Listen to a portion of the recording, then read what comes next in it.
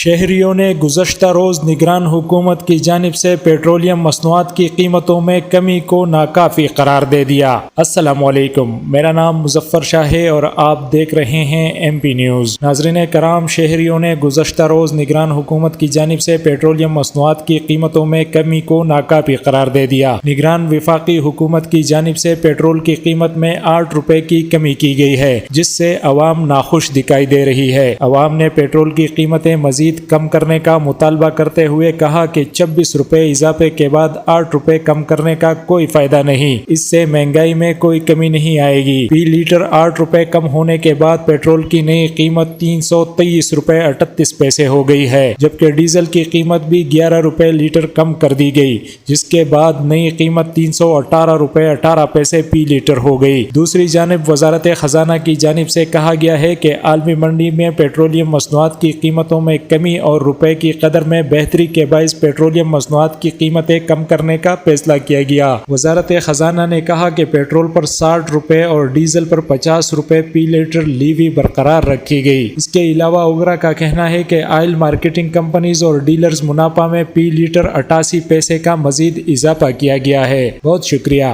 مزید خبروں اور اپڈیٹس کے لیے دیکھتے رہیے ایم پی نیوز۔ سوات سمیت ملکی اور غیر ملکی خبریں آپ تک پہنچائے سب سے پہلے۔